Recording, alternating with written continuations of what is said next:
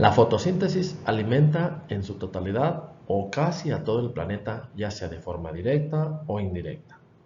De manera muy general, la fotosíntesis es cuando la energía lumínica del Sol es capturada por los organismos fotosintéticos para producir carbohidratos y oxígeno a partir de moléculas de dióxido de carbono y agua, en una serie muy compleja de reacciones químicas divididas en dos fases, una denominada fase lumínica y la otra fase oscura o ciclo de Calvin.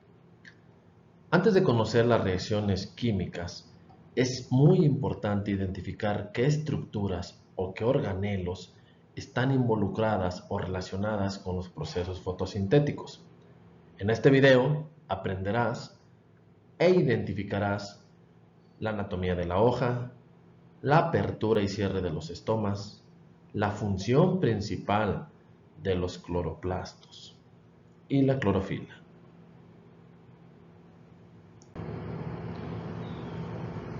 De todas las estructuras o anatomía de la hoja, nos enfocaremos en las que están estrechamente relacionadas solamente con los procesos fotosintéticos.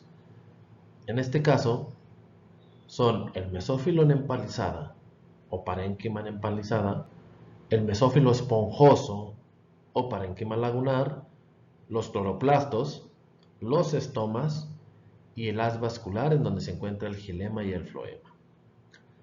Cerca del 89% de la vegetación mundial presentan este tipo de anatomía, en donde están bien diferenciados los mesófilos y el haz vascular no contiene cloroplastos.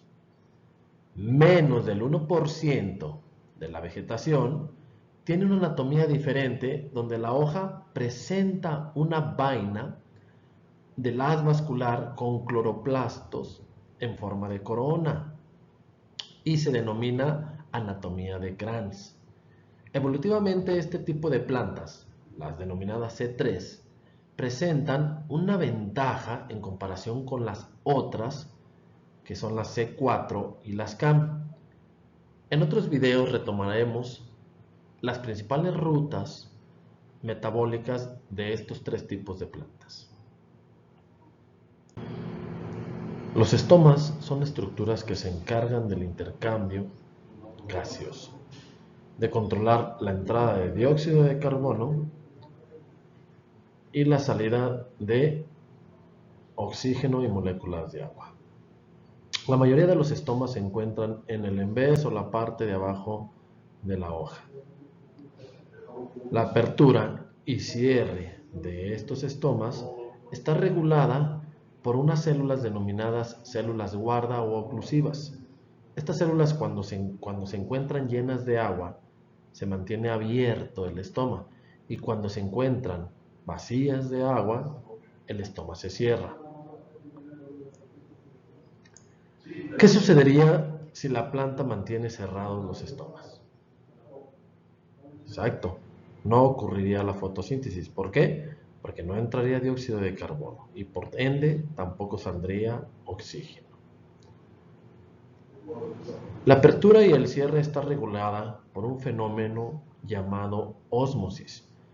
Para entender este proceso voy a ponerles un ejemplo muy sencillo. ¿Qué pasa con las palmas de las manos y las plantas de los pies cuando duramos mucho tiempo sumergidos en una alberca? Se vuelven arrugadas, se chupan la piel. ¿Por qué?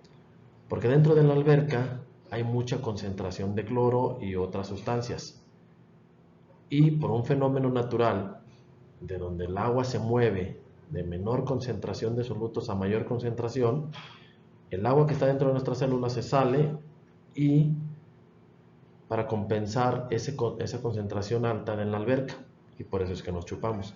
Lo mismo ocurre con los estomas.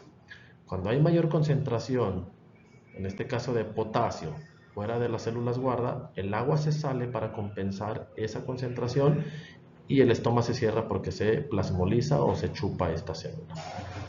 ¿Y qué pasa cuando hay mucha concentración de potasio dentro de las células?